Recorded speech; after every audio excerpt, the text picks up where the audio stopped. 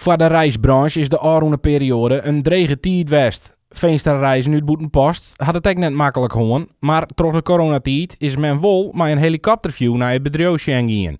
En daar sprong Ian Wurt uit. Flexibiliteit, dat is toch echt wel het sleutelwoord. Dat merk je toch wel heel bot, dat in alle processen binnen het bedrijf, dat heel flexibel moet wezen. Dat is in het opschalen en in het afschalen. Dat is mij de bussen weer in ja te krijgen, maar ook mij het reisaanbod. Daar sterk heel flexibel in mas wezen. De ene keer periode dan slaan de dagtochten weer wat meer aan, de orenperiode de meerdaagse reizen en alles stiert heel bot mij de richtlijn die er binnen. Net sinds de drege tijd bieden de versoepelingen hoop voor de Veenstra's. Ik dit hier wil weer merken dat alles weer wat roemer in, dat er toch heel veel squal direct op squalreis kunnen willen. Daar hebben we de laatste paar weken hebben we het echt wel druk mee gehad.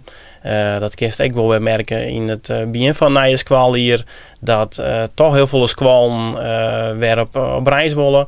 Maar dan merk je ook wel dat de personeelsvereniging weer wat op gang komt. Die reizen binnen dan in steeds van naar Parijs of Berlijn, naar Amsterdam of Den Bosch. De planning bloot op het stuit van Veenstra een uitdaging. We weten nou hoe de planning er vanmorgen nu zit, maar dat kan morgen wel weer oors wezen. Dus die flexibiliteit, dat bloot gewoon de uitdaging van het kan best wezen dat er aan toch wel heel veel annulering binnen, maar misschien ook wel net. Daarna is het wel een meisje in deze tijd bijgelijks kosteloos annuleren kunnen. Maar wat is voor de reisorganisatie nou de grootste verhoring? De horizon van hoe die planning er bijvoorbeeld een jaar eerder uitziet, dat is nog volle minder zeker dan voorheen. Dus dat is toch wel de grootste verhoring. De toekomst jocht Veenstra positief in de meten. Mensen die houden ervan om mooie herinneringen te creëren en dat vind ik gewoon fijn en dat kan ik gewoon merken dat mensen ook op reis willen blijven.